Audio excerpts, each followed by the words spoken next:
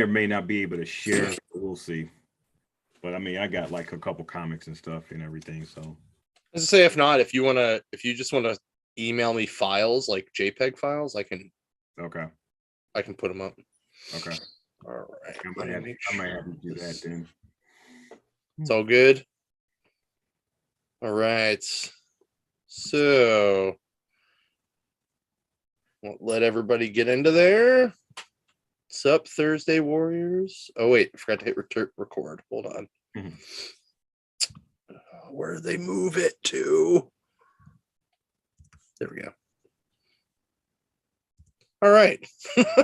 What's up, Thursday Warriors? Welcome to another edition of the Toddcast. Tim is possibly coming in. Not real sure yet. But it's cool because I have a special guest, the one and only DP Brown, or the Dog Pound Brown, or Mr. Brown. I am all that. I am he. I am the one. I am here. Thank you for having me. Yeah, man. So I'm going to run over some dates and stuff, things coming up while we wait for people to hop in the chat and see if Tim shows up late. April 2nd, Mills anniversary sale. Lots of shit on sale. Go out and hang out. Only at the Mills. May 13th, 14th, 15th is the next Magic pre-release for Streets. Check that out. May 7th is Free Comic Book Day. Obviously, it's like Black Friday for us. Make sure you come out, support a store, buy some stuff because those comics are not actually free to us. We do have to buy them. We'll pick up some stuff. I believe the 21st of May, we're going to be hanging out down at Pittsburgh Book Fest. Make sure you check that out as well. It's a big support reading. It'll be over in Regent Square. And then the big deal, the show, which I just got these in the mail today, and they're sexy. Three Rivers Comic Con, first weekend of June. You can catch these at a local store if you want to check it out. Let me just read off all the awesome information. You have the date, which I have already said, the place, which is the David All Lawrence Convention Center, and then we have some pretty cool guests coming, like Howard Chaykin, Rick Leonardi, Brett Breeding, Daryl Banks, Ron Friends, Pat Olive, Don Simpson, Wayne Foucher, Dave Wachter, Dave Nestler, Tom Scioli, Dan Mendoza, Bill McKay, Maria Wolf, Dave DeWanch, Howard Bender, Joe Woos, Matt Horak, James Patrick, Justin Jordan, Sammy Castillo, and more. So much more at our website. Check it out. Pre-sale tickets are now till May 7th, May 8th. They switch over to a little bit higher of a price tag, so make sure you pick them up before that. And I think that's all I had on there that I needed to actually talk about. Oh, yeah, don't forget CBCS will be there for drop-offs and signature verifications. Send your stuff out to get graded with them. They are cheaper, and they are also faster than CBC or CGC. So not that I don't like CGC, I like them both. But we are rolling with these guys this time. So cool. I think that's pretty much everything I needed to talk about from there. Just trying to get some stuff here pulled up real quick, guys. Don't mind me. So again, was not planning on doing this by myself tonight. I will yell at Tim later. It'll be fine. Got it covered tonight. Totally covered. I think this is all I need. Give me one more second, guys, and I'll have it ready. I apologize for being unprepared. Usually these guys see me fumble with it anyway, because I'm just trying to get everything together last minute all the time. So sorry. All right. All together, it's like, you got to make it just happen and everything. So, it takes a little time, but, eventually, you get it together and then you present it and then it's all good in the end. It's true. It's true. And as long as it's all good, that's all that matters to me. So, all right. So, if you guys have any questions for DP while we do this, just put them in the chat, on the YouTube chat, and I will read them out loud later. We do have a couple guys watching already, which is awesome. And, we'll go from there. So you are here, sir, because you are friends with a friend of the show, Marvin Wen. He recommended, awesome. Right? Awesome. Like our Heroinberg extraordinaire, and the Edge creator, which, by the way, the Edge book is very good. I don't know if you've actually read it. Yeah, the Edge stuff. I mean, he's been working on that for like a long time now, and he's finally getting them into like I think he has a trade paperback Kickstarter coming out soon. Yeah. So make sure that you guys follow him. The Edge Kickstarter is coming out soon, so he has a follow page coming. So make sure you guys check that out. Definitely. I believe he's going to be at our Waterfront store for Free Comic Book Day too. So make sure you guys check that. I know he will definitely be at our Three Rivers Comic Con. So he gave you the idea to reach out to me. We hooked up. Now you want to talk about your new project called Theme of Thieves. Yes. And I'm not going to lie, when you sent me the press release, as soon as it said, "Do you like Quantum Leap?" or however you put it in there, I was like, I'm in. I don't care. Just fucking send me this book. I'm good. You had me at Quantum Leap. Yeah. You had me at Sam's Never Going Home. Right. The funny thing about that, they just announced that they're going to reboot that. So it's supposed to be a reboot pretty soon. So I'm excited about that. Oh, yeah. I hope like time travel. I hope if it's a whole nother leaper, like that we see him leap. Like I hope that both Sam Beckett shows up, and I hope it's at least I hope that they would bring in Bakula. They can't obviously bring in Stockwell anymore, right. But if they could bring in Bakula, that'd be cool. And then I really hope they bring in the female leaper, because that would just be real awkward. Because everybody forgot about her, although she was great in a couple episodes. And there are only three TV shows that I have ever recorded the final episode for on VHS and still have somewhere. Really? Right? Okay. So Star Trek Next Generation is one of them. Okay. Cheers is one of them. Cheers. And then Cheers, right? I loved Cheers growing up, man. It was awesome. And then I've been to the original Cheers too, so that's kind of cool. And then Quantum Leap is the other one. I loved that show so much. Yeah. The hopping from back and forth in different time periods and stuff. That's a lot of what my book, is about. I spend like the first few issues like setting up the characters, and then they end up, going on to those leaps, those adventures and stuff. Essentially, my book, The Theme of Thieves, is more or less about two teens, and they run into like a mysterious being who takes them through time, and they're trying to solve a mystery of why people are disappearing in the present. So this whole premise is like, what if people or I guess I am getting into my stuff now, huh? That's okay. That's okay. You can go into that. The Kickstarter, just give us the pitch. This is the deal. I'll put up some of the files you sent as you talk. No problem. So basically the premise is, what if you lived in a world where people just randomly vanish? That's it. And okay, you may think of like Avengers Endgame, you may think of like the Leftovers, but in my world, that's the it's covered to the first issue. In my world, what if this was like a societal way of life? And what if it affected politics, it affected like religion, it affected culture, it just affected like people's daily lives? How do you deal with that? And this phenomenon in my world has been happening since like the 1700s. So I have like, a whole back history of, things that have gone on, back then all the way up until like the present. And when it first started, it was just like, just people just randomly disappearing. And it was small groups of people. Now it's gotten to the point where it's escalating to where it's become worrisome, because you got to have people in the world to live. So eventually it comes to a point where people are disappearing in like groups and clumps and stuff. And I'm dealing with like the effects of how that that world is, and how like the politics would work with that. How do people just, if you were sitting at dinner with your family and all of a sudden, one of your children disappear, that would just be a traumatizing thing because you have no closure.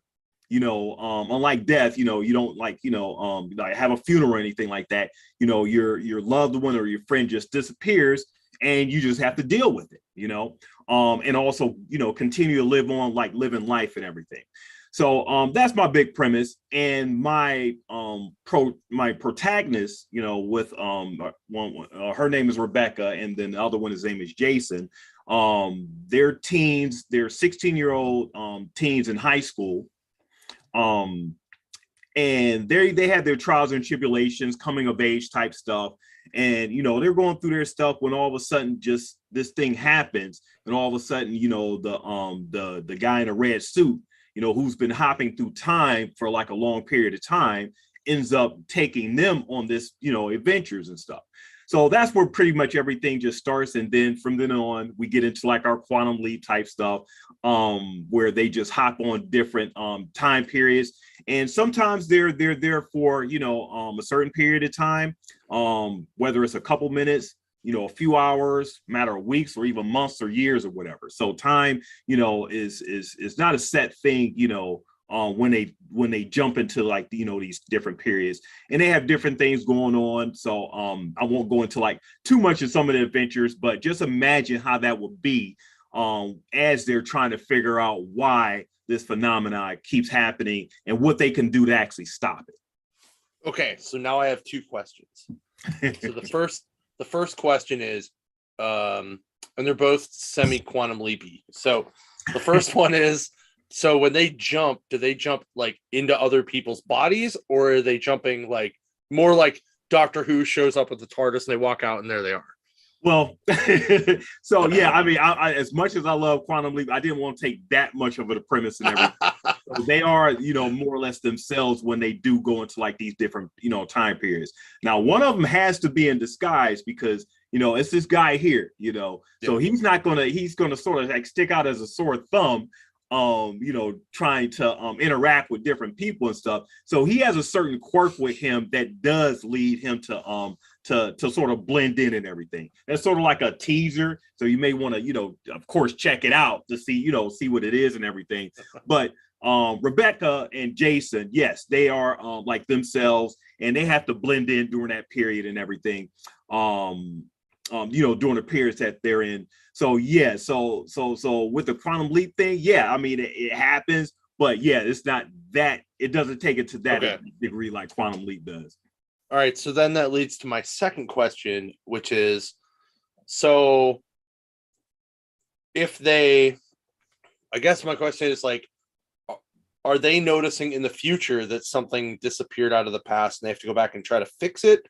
Or do they just happen to be, and they have some kind of crazy like time tablet that tells them what's missing out of those things? Or do they have to like they just happen to be there and they happen to notice that this happens, like, or they just are like, oh, here's a police report of this guy gone missing, I'm gonna go check it out from 1812, and they just go back and check it out, and then if they fix it and they stop that, does it change their future? That's because obviously time travel. Now I got to ask all the time travel questions. Oh yeah, I mean, and you got to have certain rules to it and everything. Mine isn't as linear as what we say Back to the Future, because I'm like a big Back to the Future fan. But my without getting too much into like the mechanics of it, whenever they go into like the past, they sort of like create like a I guess a nexus point, or just a point of origin to where, something does happen. And while it doesn't necessarily affect the direct future that they came from, it still affects some future. So each time they go into like a period, it's sort of like splinters off, and they're creating periods. They're creating like a multi-type verse, as multi-periods, I should say, as they keep just traveling. And eventually it ends up being, an issue. But so it's like a little more like sliders, kind of. Yeah, Yeah, like like concept, I guess. Like every time they slide, they can never go back to the same one because they've changed something right. Okay, cool. Yeah, well, I just want to make sure I understand your rules for your time travel book. It's more or less on that vein, but there's still like a twist and a quirk, which will reveal through time and stuff, that they end up because the whole thing is they're trying to solve a mystery of why people are disappearing in the present. So eventually they're going to have to get back. Like Sam Beckett was trying to get back, he's going back and everything, back and forth. So they want to get back to where they came from. So while going through history and stuff is fine, and they're going through their adventures and stuff, they're still displaced. They still have to go through their trials and tribulations of being missed, from their families and stuff. And like time travel just opens up like a whole bunch of doors of like storytelling. So I get into it. I do have an idea of where I'm going to go and where I'm headed, because I'm only on like the second issue, as far as like being published at this point. But yeah, I mean, I see this as like a good long running series, but not too long, not like saga long or anything like that. But it does have its 24 issues. Yeah, like 24. If I get blessed and lucky to get 24, I'm like right there, So, but yeah. I have a lot of story I want to tell. Prepping for 24, hoping for 12. There you go. Yeah. 2 trades. It's all I need. 2 trades. Yeah, definitely. But that's awesome. Yeah. So my another inspiration is for my comic is Lost. So I'm a big Lost fan. So when I pitch people, I'm pitching, okay, my comic is a mixture of Lost, Quantum Leap, and also The Wire. The Wire sort of like brings in like, the hardcore grittiness with like some of the politics and, culture and all that. Lost brings in the mystery element, because I love like them and Linda Lost, like mystery type, mystery box type stuff, how they did that. And then, of course, we talked a lot about Quantum Leap, just time jumping and stuff. I'm a big time traveler fan. That's awesome. Yeah, you show like a picture of the cover. So that was a picture of the cover of the first issue. It represents a panel that's actually in the book itself, of a big contentious point that actually happened in the book, and that took place back in the late 1800s. Where this actual painting, and then you see a whole bunch of blood. So it's sort of like supposed to give you the indication of, why is there blood on this beautiful picture, of a family and everything. So what happened? So it is for a suggestion for mature readers. So it's not a book for kids, but yeah. And this is the second issue. Yeah. So are those the 2 lead teens you were talking about there then? So, well, the one on the left here is her name is Rebecca. She is the lead teen, in the book. Okay. The lady you see in the picture is a picture of her mom, and on the right here is a variant cover of the second issue, and that's Rebecca's best friend Samantha. She's not traveling in time yet. She's still in the present. She's going through her stuff. So I do have like side stories on different individuals that didn't travel through time that I'm doing as well, within like, stories within like stories and everything. But that's the best friend right there on the variant cover. And of course you have the guy in the back there. So the man in the red suit is like a legend throughout like the different time periods and stuff. So he's been jumping through time for like a long time. And people, when he does jump and come to like a point, and he appears, people have seen him. People, he's like a legend, he's like a legend within like the world, like the universe, but people really haven't really captured him or seen him like to capture him like in picture form, to the point where he jumps into a period with like some kids, and the kids have made up like an actual song based on him being like the boogeyman and everything. So people just think he's like an urban legend, he's not real, This is just something that was made up by conspiracy theorists and stuff. This guy is just, just hooey booey and everything. You can't really tell what people are, but this guy has been seen by different individuals and stuff throughout time, and the kids have made up a song. It's called like Crazy Man, red, black with the yellow tie, dead. Wow. Yeah, something. And then there's another rhyme that goes with it that the kids do display and everything. So it's just like a whole mythology surrounding just him and his mystery and everything, along with everything else I got going. I got a lot of balls going up in there, John. So all right. So now let's talk about your origin story. So the way this works is we've asked everybody that's been a guest basically where you started with comics, like what got you into comics, like what's your background, and then like were you always in comics? How did you get to the point where you're at now? Like, and pretty much anywhere in that. Oh, wait, real quick. When does Theme of Thieves kickstart? So Theme of Thieves is already live. So it's been live for like the past 24 days now. So I actually got 8 days left on the Kickstarter. So if you guys are liking everything that I'm presenting and everything, make sure that you're going into on Kickstarter searching for the Theme of Thieves. Hopefully John gets a link. I'll send you a link so you can post it and everything. But make sure that you guys are, if you liking what you're hearing, go ahead and pledge. I have pledges just for like the first 2 issues, digital copies, as low as like $10, and I have different pledge tiers that you can pledge to. I got like metal covers. So I even got metal covers of the first issue. So a lot of people are digging those, and I only got like a limited quantity of those. So I've already got like it's a pledge tier of like $75. You get like not only the metal cover, you get like a director's commentary. So creators commentary, I should say, MP3 that I've made. And I've also made a soundtrack, so you get that along with that. You also get a copy of the second issue along with some other stuff. You guys will see it in the Kickstarter when you go to the link. But it's awesome. The great thing about the Kickstarter, it's been doing really good. The funds from the Kickstarter are going to actually getting the second issue made because the first issue is already made. So the funds are going towards that. And it's basically just out there supporting like a independent creator, trying to make his way into like the comics. And to segue into that, my origin as far as comics, I've been in the comics ever since I was 5 years old. My dad bought me my first Spider-Man comic, Amazing Spider-Man, with Scorpion on the cover. I forget which issue it was, but I was not a big reader at that point, or could read like a bunch of words. But I think reading those comics at that early age got me into reading a lot.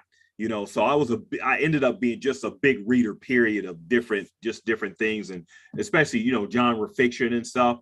But I was just enthralled with like the colors. I was always into like artwork and stuff. All enthralled with like the colors and these human beings dressed up in crazy costumes and sticking on walls, flying through the air. Anything that basically had to do with something that was outside of the realm of reality, I was into. So fiction stuff was always my thing, especially comic book stuff. And once I got my hands on a comic, it was no taking it away from me. My father wasn't that deep into comics, but I don't think he knew what he started when he gave me my first comic.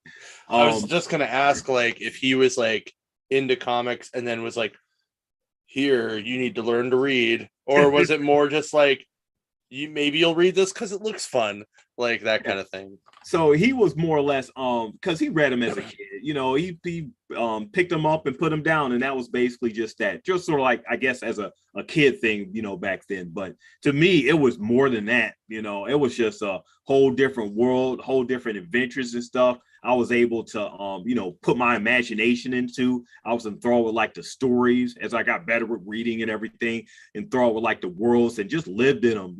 Carry bags of comics and stuff. I couldn't wait to I remember when I first went into my first comic book store, I thought it was like the greatest thing on earth because I used to get everything from like the newsstands, get your milk, your Me too, man. It was a spin stuff. rack at literally a place called the newsstand. Oh Yeah. Oh, it was rough. It was a different experience. And then when I first went into my first comic book shop, it was just like a whole different world there. I was like, all this stuff is for me. I don't think I have enough money to buy everything. Which shop was that at? I'm just curious. This was in Cleveland called Off the Wall. I think it's closed since then. But yeah, it was around for like a long time at Southgate. If you guys are, anybody from Cleveland and everything and in the comics knows what Off the Wall was, because that was a very, very good comic book shop. Nice. I know the guys at Friendly Neighborhood and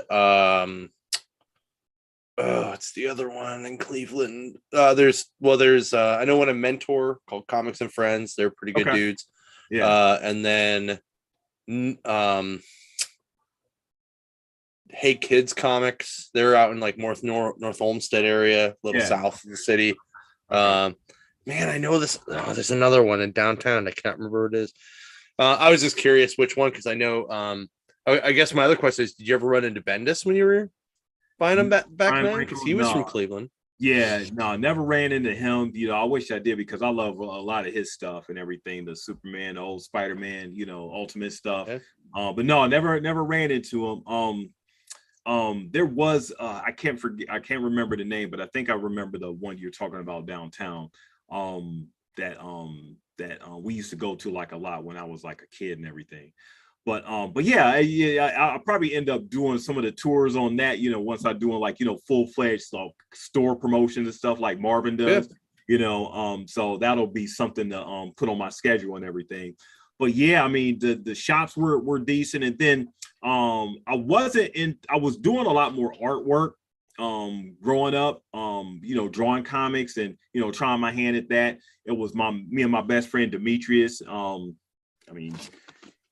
This guy here, he passed away about a couple months ago, but he sorry to hear that, man. But we used to thanks.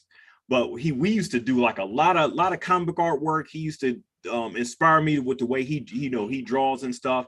But I wasn't as good as him, so I ended up getting away from the actual drawing, aspects of it and getting into more like, college stuff. That was when I was ended up going to school.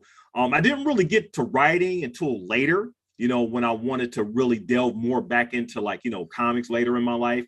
Like right around like, my early 40s and stuff. So got into that, and actually I wanted to actually put something together as far as a comic and get some a team together to put my own spin on stuff that's out there. While I'm fans of a lot of superhero stuff and just a lot of work period, I say let me try my hand at this and see what I can do. And thus the idea of the Theme of Thieves came about. Started developing that story, and sometimes getting stories together take a long time, and finally came into fruition where I actually did a Kickstarter last year for my first issue. Got my first issue made. So nice origin story right there. In a nutshell. I don't remember if you said it, but how did you meet the rest of your team to do the book? Like, because I think I read some. What's that? I said, great question. Yeah.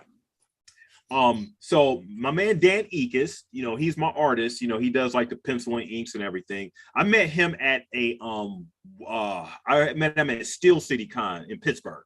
So I was out searching for artists. And searching for the right artist for your work is like, a chore in itself and everything. I was scouting all over Instagram, all over like, Facebook, the internet, through DeviantArt, trying to find like, a good artist that'll be able to communicate my vision, everything I wrote, down into, on the paper and stuff. And ran into, while looking for artists at Steel City Con, I seen Dan's work. And it was more simple, more like not so much David Mazzucchelli, Batman for like, year one and everything, but I liked his style. I liked the way that he presented the characters, his characters, that he drew. and the way he told the story, from panel to panel and everything. So, we started talking, and he was doing his stuff. He has some stuff out called Odyssey Inc. He did Kickstarter on that, and he was giving me the rundown on, he was like, DP, you should do your own thing, and get this story and script. If you ever put something together, I'll be glad to do a couple pages for you, see how that works. So I ended up commissioning him to do like a 5-page spec, script, and it ended up just blending. And from there on, he was a member of the team. And then nice. My colorist, Alex Zieff, she's from Mexico. Okay. So I met her online. So I haven't met her in person yet. It's amazing about the internet thing. You talk to people, but you don't physically meet them. Yep. But I seen her work on Instagram and follow her website and everything, and it looked like she was a good colorist, and got her onto Dan's stuff to see how it worked. I tried out a few different colors actually over Dan's work, and settled on her, and she came through like a champ as far as like that work. And then my letterer, Marco Della Verde, he's a friend of Dan's actually. So I just went with his recommendation and used him for all my color, for all my lettering stuff. And then Sam Raja, he's the editor of the book. So he does like, all my editing, making sure the story's straight, making sure, the plot lines make sense and everything from issue to issue, from page to page and everything. So that's my team, shout outs to them. They've done like a really fantastic job on, getting this stuff together. So I really I couldn't do any of this without my team. Right. No, it's always good to mention those guys. And like I said, I was just curious, like if it was like dudes from high school or dudes from college, especially with all the people that went to Art Institute around here, you find that a lot of them just run in those circles where they find their own, they find friends, and then if the friend do it, and the friend may or may not actually be the best person for it, but it still gets it moving. Yeah. And that's all you really need. Yeah, I wanted Demetrius, my best friend from high school. He was my first choice in actually doing it, but he was too busy at the time and to get a lot of the work done. And I really, really wanted him to do it, but unfortunately, we just couldn't work it out. And that was like my best friend and everything. So sometimes I think it actually worked out because when you do stuff in a business type of setting, whereas like with Dan, I could just work with him straight business and no emotional communication whatsoever, no ties, nothing like that. And he does what I commissioned him to do, and he gets the work done, in a timely manner. And I no muss, no fuss and everything. Put the contract out there. Sometimes you get the contract issues with friends and everything. You hire somebody to do your job, and pay so long as you pay them and they deliver the work, you can continue the whole relationship. Yeah, I have found because I used to play in bands, and like while sometimes it was really nice to have like your best friend there, because like they could kind of read how you're playing and what's going to come next, and things gel very quickly. But then as soon as somebody needs to leave the band, it's like a whole to do, and it just sucks. Because I've had to deal with that a couple times, and it blows. So now I'd probably be like, hey, if this band needs a rhythm guitarist, I will totally do it for this amount of money a month or a gig. Because my time is very not, I don't have a lot of it. Yeah. You brought up a really great point, John, because I think that was the biggest thing. Because I actually stood around waiting for, my best friend to finish his job and everything. And then it got to a point where it just didn't make sense, because you're right. Time is very valuable, especially the older you get and everything. You're like, oh yeah. Time begins to be much more valuable than money, so if you got the money to spend and everything is fine, but that time you're just not going to get back. So hiring people to do the stuff that you wanted them to do is much less stressful and much less time consuming than, you know, trying to get your best friend or a great, you know, colleague and everything to do things, you know, based on just like a trust type of thing. You know, you'll never get a lot of stuff done that way. So I've been fortunate though.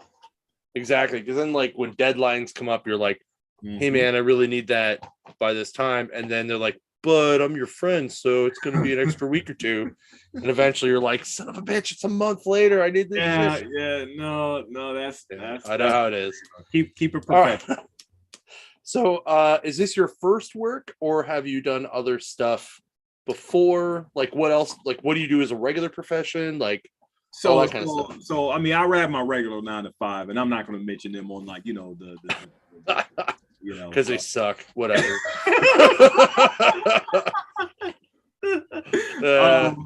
But yeah, so this is my first comic, you know, as far as that, but I've been writing for, like, you know, other, you know, I've wrote blogs and stuff, you know, articles and everything, you know, for some sites and stuff. Nerd Cyclopedia, I've done, like, you know, several things for them. I have actually done like a children's book, you know, called Sammy and Sissy. I did it during like the pandemic, and it's about, like, you know, two children who I've actually they're trying to figure out how they can help during like the pandemic. So it was a really good book during, like, you know, that period. I mean, even though we got like a little bit still going on, so some of it is still like relevant as far as like washing your hands, keeping clean, making sure that you're understanding you know, how people are during, like, the, you know, during this period of time. But the premise of it is respect personal space. Respect personal space and everything. But in the book, they're trying to figure out they're trying to figure out how they can actually be heroes, just like, you know, people like the doctors and like the nurses and stuff. Oh, that's cool. How they can actually be heroes too, to help out, you know. So that was my, you know, it was a good book. It was the artwork was done by my mom. You know, she passed away That's awesome. back in, also sad, a couple years ago and everything. So, you know, rest in peace, Mom. So yeah, that was like her last, you know, piece of artwork, and I just had to get that book out. So yeah, so I've done that. And we're actually going to come out with another children's book sometime next year, based on like some other artwork that she's done, you know, that left and everything, that I want to turn into, like, you know, some stuff too. So a little busy there. No, it's awesome. I actually kind of want to check that book out, because I have some like friends of mine who have kids that might still need that, even though they're doing pretty good. I'll definitely check that out. Yep. All right. Well, like themeofthieves.com, you know, that's my official site, themeofthieves.com. I do have a dedicated page to Sammy and Sissy, so you know, there's a link right there as well. Cool. I'll pass that on for them. That's awesome. All right, so we got a little bit of time before we'll talk about the Batman. Oh man. So who in the comic world inspired you to get into comics? Like, is there any, like, were you like, oh man, like J. Michael Straczynski's my dude, like, or so my biggest influences, I should say, from comics is Alan Moore. You know, I'm a big watchman. Yeah.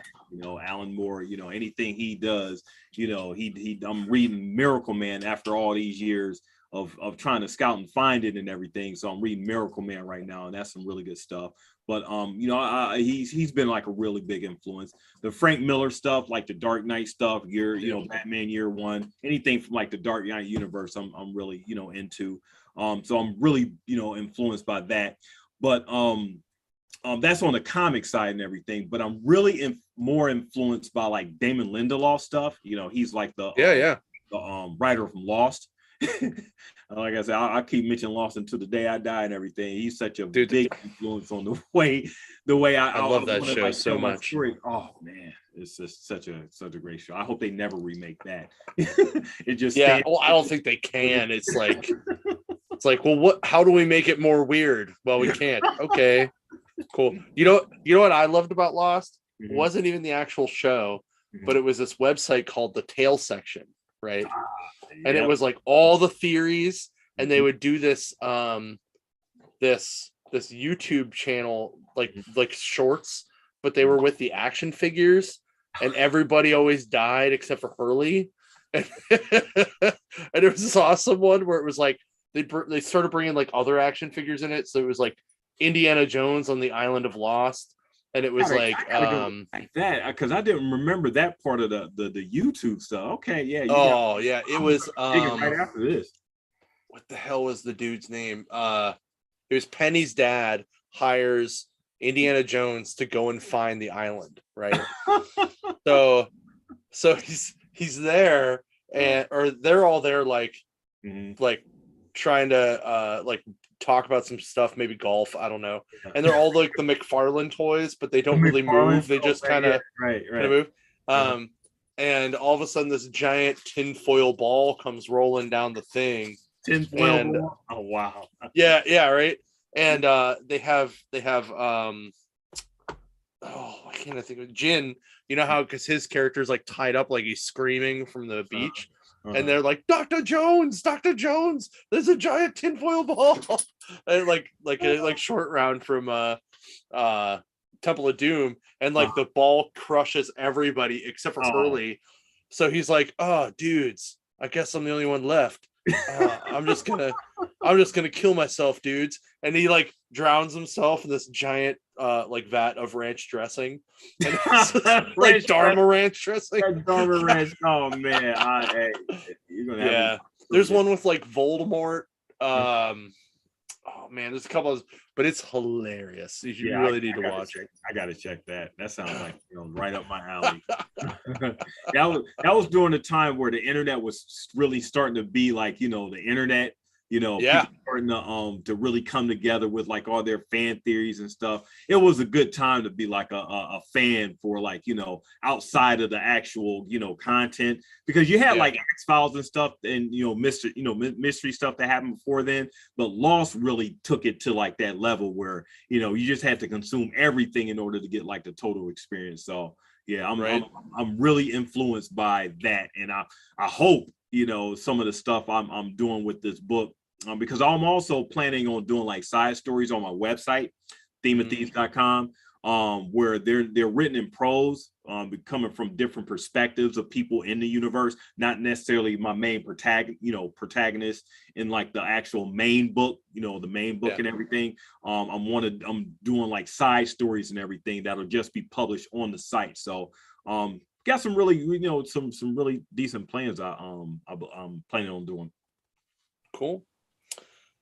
All right. One last pitch for all of your stuff. So website, Kickstarters, all that stuff. And then we're going to talk about the Batman. So everybody check this stuff out, and then give it a second. I'll give you a spoiler alert. Then you can stop listening, or you can mark your time and come back and finish it later after you've seen the Batman. So, all right, pitch it.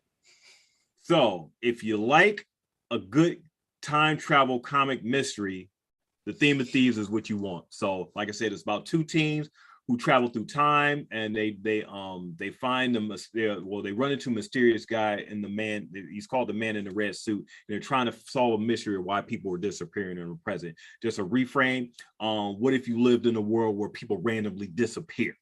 Just vanish. No type of answers as to what happened to them whatsoever. They're just gone. And what would happen if that was a societal way of life? How would people react? How would religions be? How would politics be? How would like the daily lives? How would culture be, just period? And who, if anybody, would be able to stop it? So that's what my heroes are doing in this world. They're jumping through time, trying to solve the mystery of why people are disappearing in the present. I got my Kickstarter live going on right now. There's 8 days left. Going on 7 days left in the project. So it's going to be ending next Friday, the 18th, March the 18th. So definitely jump on it. I have the first issue and the second issue available on the Kickstarter. So you're able to pledge, to those. If you haven't gotten the first issue, definitely be able to, pledge to both, like I said.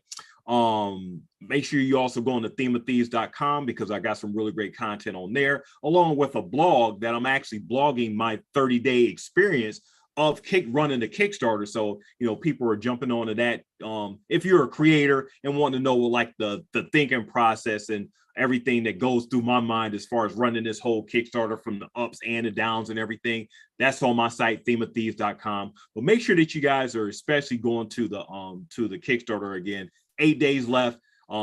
Is something that I think you guys are definitely going to enjoy, especially if you're a good mystery fan, if you're a Lost fan, if you're a The Wire fan, if you're a Quantum Leap fan, especially, you're definitely going to enjoy my book, Theme of Thieves. That's awesome.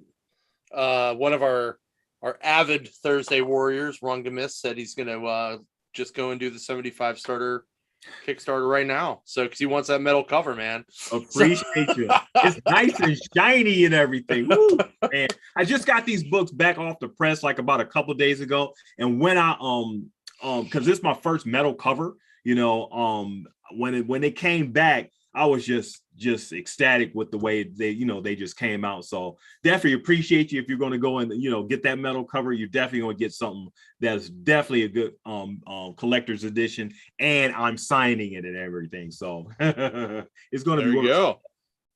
All right, so now it is your spoiler alert. If you have not seen the Batman, turn the fucking video off, because we're going to talk with spoilers full on. You've had a week. What can I say? But now is the time. Spoiler alert. All right. So, you and I were kind of talking about this earlier, but like, I really like this movie because Batman's a detective. Like, he's not doing a lot of Bruce Wayne stuff. He's very detective-y. Secondly, this is the most terrifying, realistic Riddler I've ever seen, and I loved every second of it. And I was telling somebody earlier who asked how it really was, and I said, if you liked how they modernized Joker in Dark Knight, this is like more terrifying than that Joker to me, because it's so much more twisted, because Joker just does it. This is, you have a riddle to possibly solve it and stop it from happening. Mm-hmm. And that's the part that it's like, oh damn, you didn't get any of these right. What the hell, man? Yeah, way calculated.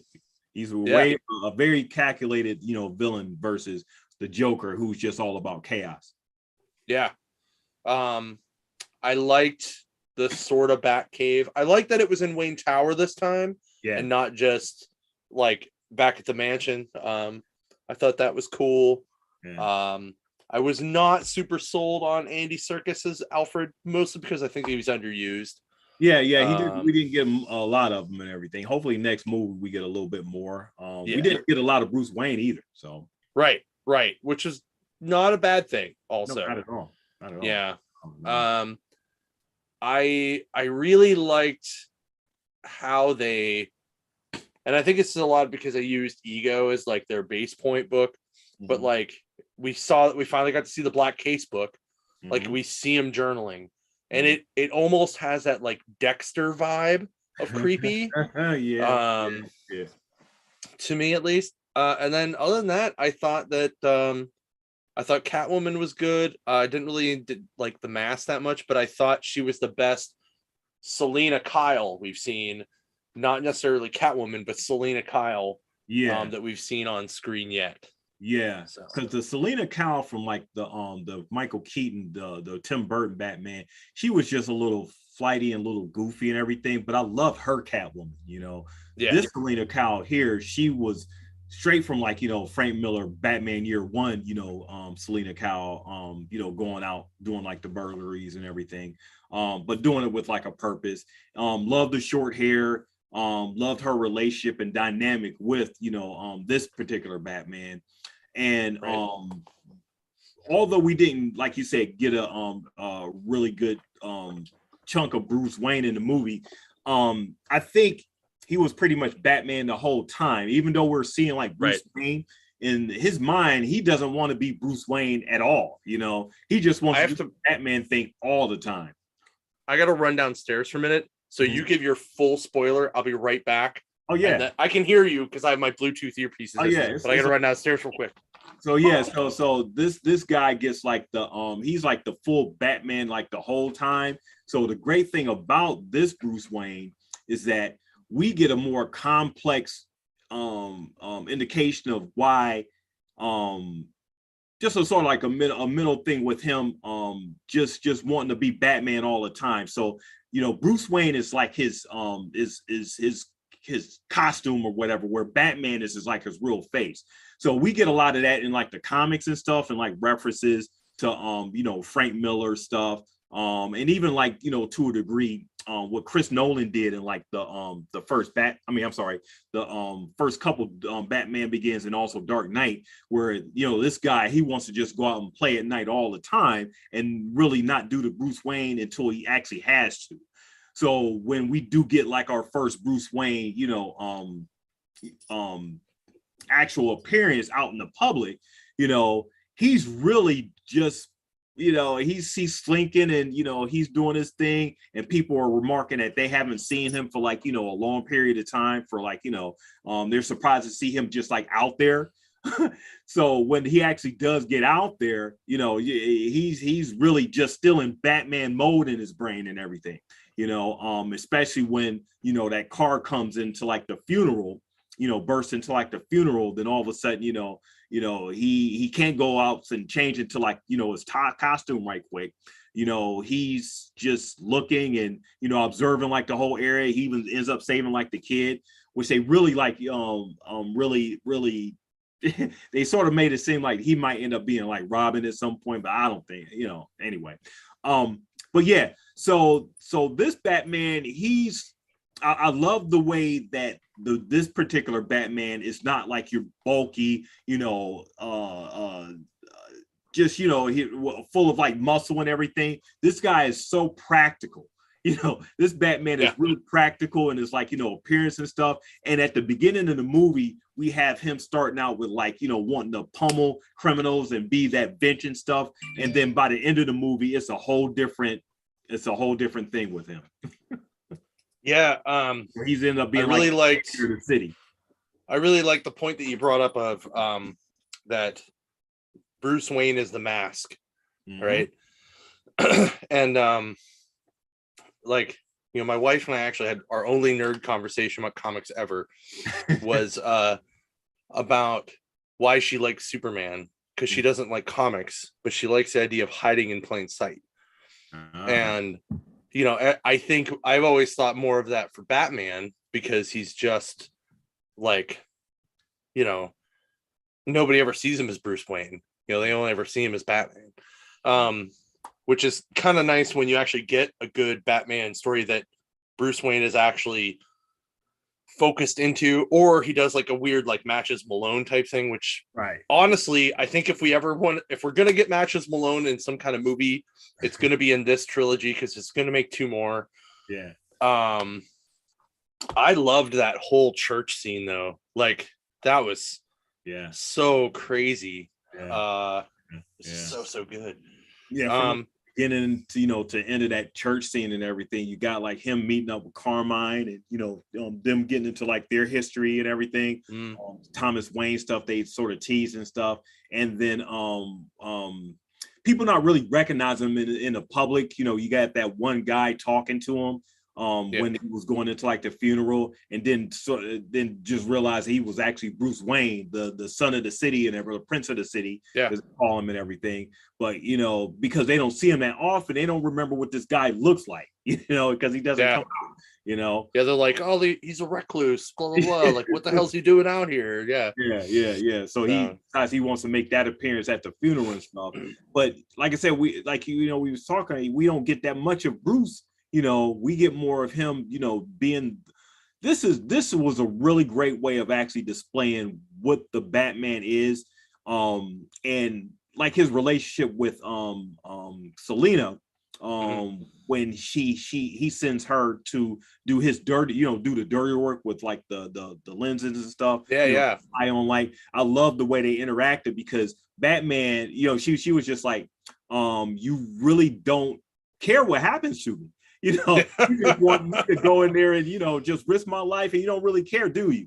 You know, and he's not responding. You know, this is like the a-hole Batman that I'm like used to. You know, he's just all about his mission, and his focus is so, you know, just focused and everything, that this is one of the best representations of Batman I've seen on screen.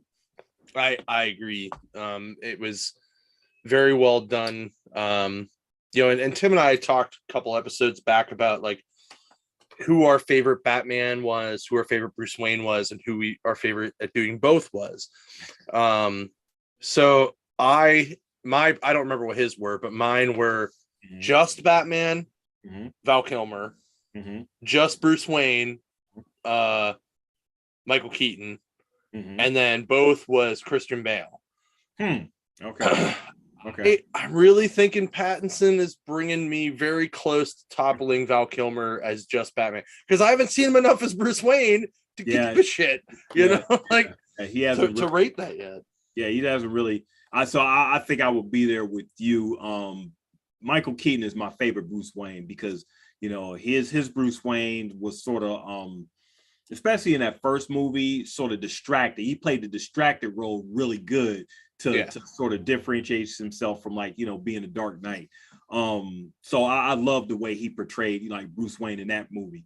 And then fast forward to this, I think Pattinson is my favorite Batman. You know, like I said, we haven't seen enough of his Bruce Wayne to get a to get a good definitive thing on that. But this Batman here, yes, it does rank, like, for me, like towards the top there. He's real close to that top for me, because it's just like he just personifies the detective stuff that I like. That's the part of Batman I love. Like, I'm not really a big go and do the Justice League stuff crap Batman. Like, I don't really care that you're the only non-superhero dude on the superhero team, right? So you get to run the shots, whatever.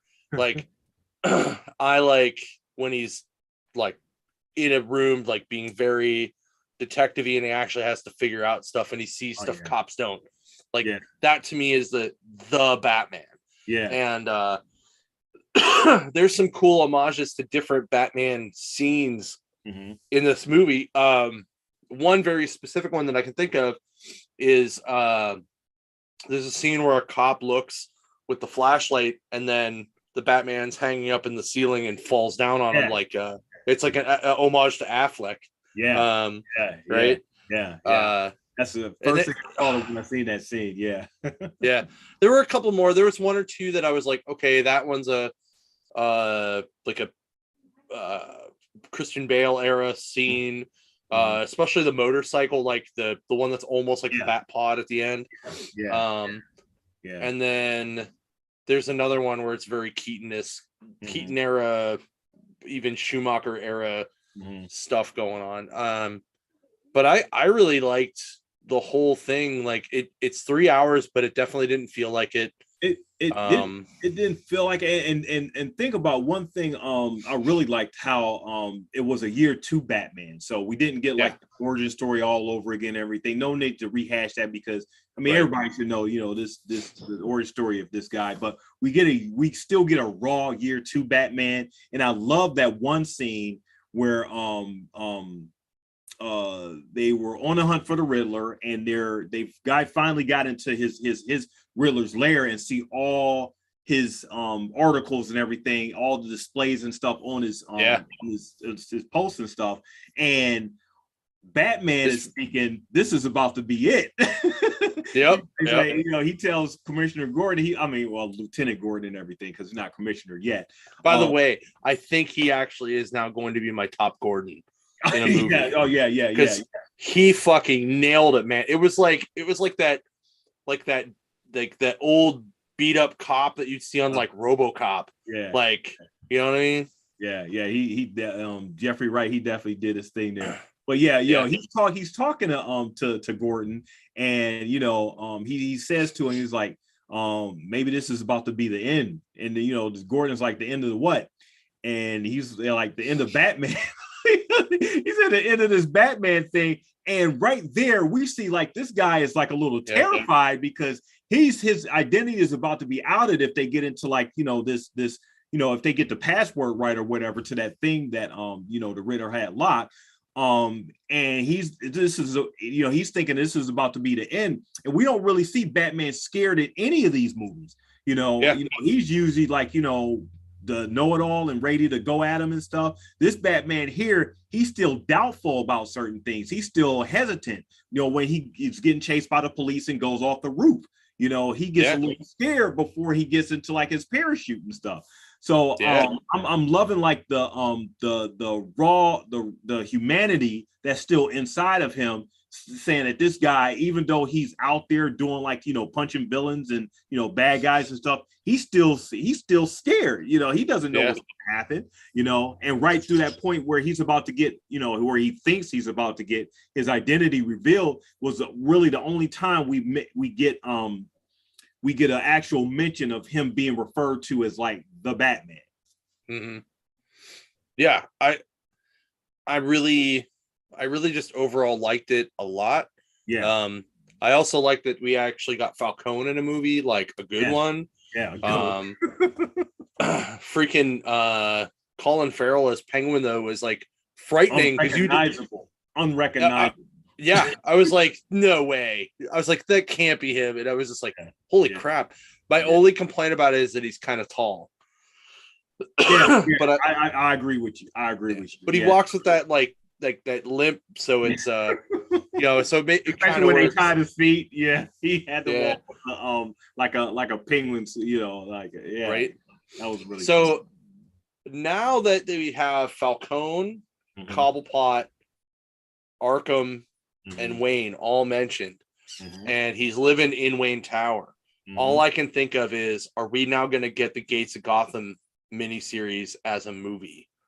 Because those were the four families that built the four towers that surround Gotham and lead into Wayne Tower. Okay. Like that's what I'm hoping that we get next time. That would be something. Now I haven't read that one, so I might have to actually check that out in my DC universe. It was a mini series. It was very, very good. And then the other one is they kind of also opened it up for like a Court of Owls thing, which would be cool. That was to see. Influence. Right. Yeah. So if they get into those things, that'll be decent. I don't know why I was thinking like No Man's Land when the whole thing like flooded and everything. That too. Yeah. It sort of reminded me of that, where Gotham is just like in a place where it's separated from like another part of the United States and everything. And they just have to fend for themselves. So I was kind of shocked that they sort of left it sort of hanging like that, because usually in these films you get like a more of a happier ending and everything. Not this film. It ended on more of like a hopeful, with like, Batman helping the people rescuing, people and stuff. But I was very surprised that they flooded the city and that was it. Yeah. I was actually surprised it actually happened. Yeah. So, but I thought it was also cool that they mentioned Bloodhaven. They mentioned a couple other places in the DCEU or DCU. And it's kind of cool to think, does this mean we might get a Nightwing? Like, and is he going to be a Robin? Can you see Robin in this universe, or should they go straight to Nightwing? What are you thinking there? I think that they definitely could do. I think they could do a Robin, and then him be like, "Look, man, you're a little too crazy for me. I'm gonna just go do my own thing." Like at the end of the next movie, and then the third movie, he'll come back in to help out as Nightwing, and he just hangs out in Bloodhaven the whole time. Yeah. At least that's how I always pictured it in my head. And they don't really need to do another Robin.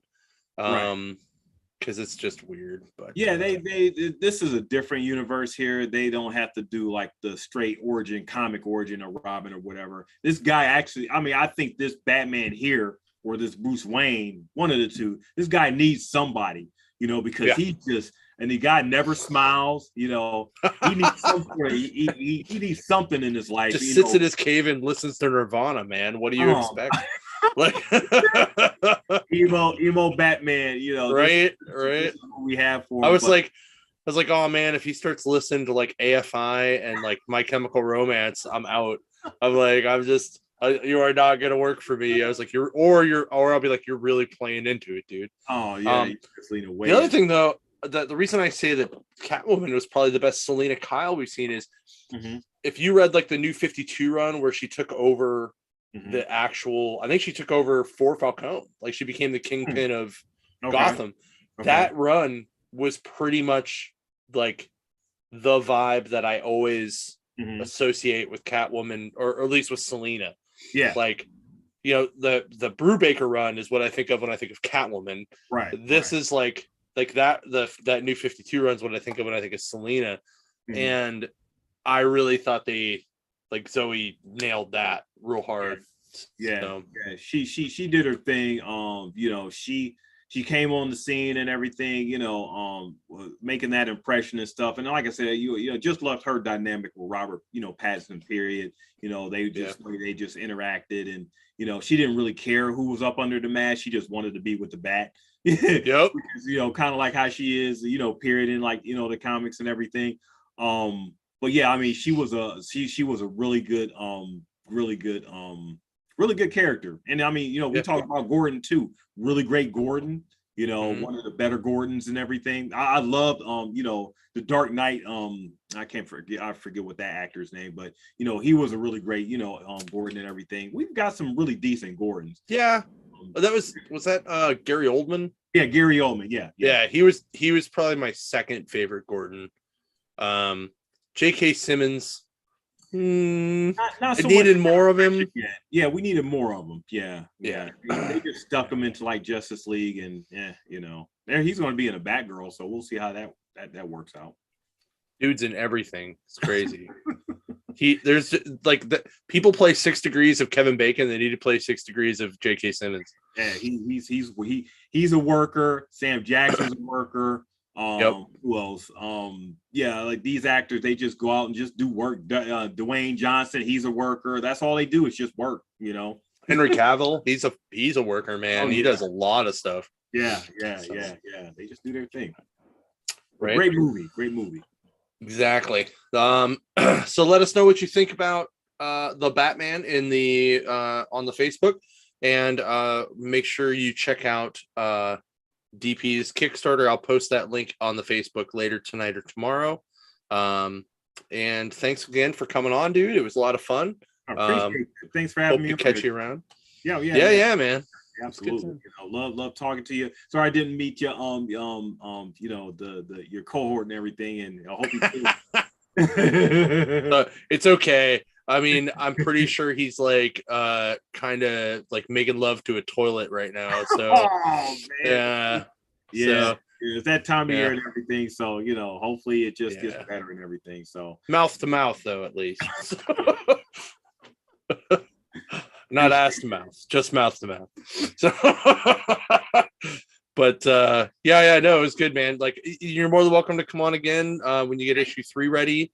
Or if you have any other projects, let us know, man. We'll totally have you on. It's a good time. And yep. Hopefully we'll see you walking around Three Rivers Comic Con in June. And the plan was for me to actually, because I did last year's Three Rivers Con and everything. I didn't have anything out yet. I was basically just there promoting, you know, as a vendor and stuff. The plan was to get into this one, so I think I'm actually on a waiting list, but I don't know if I'm actually going to be around that weekend. So it's 2 days at David Lawrence, so I'm going to try to make one of those days.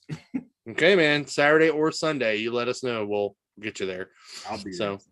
All right. Thanks so much, guys. Thanks all you Thursday Warriors for watching and listening. And remember to hit the like button, hit the subscribe button, share us, like us on iTunes and Spotify as well.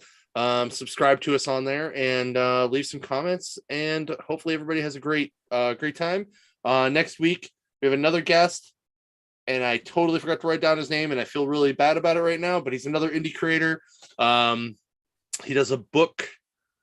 I'm not even going to do it because I'm probably going to screw it up. It's something garden. That's all I can think of. But the book was very good. It's an indie creator. That's all we do on this show is have a bunch of fun indie creators, because they're a lot more fun than the stuck up big name guys. I mean, not that they're actually, I don't think I've actually ever met a stuck-up big name guy, but like we love hanging out with everybody. Like if fucking Alan Moore wants to crawl out of his cave and come onto the show, I will absolutely take Alan Moore. If if some 5-year-old kid who's doing their first book wants to come on and promote it, I'll take them too. Everybody's welcome here. Right. So but thank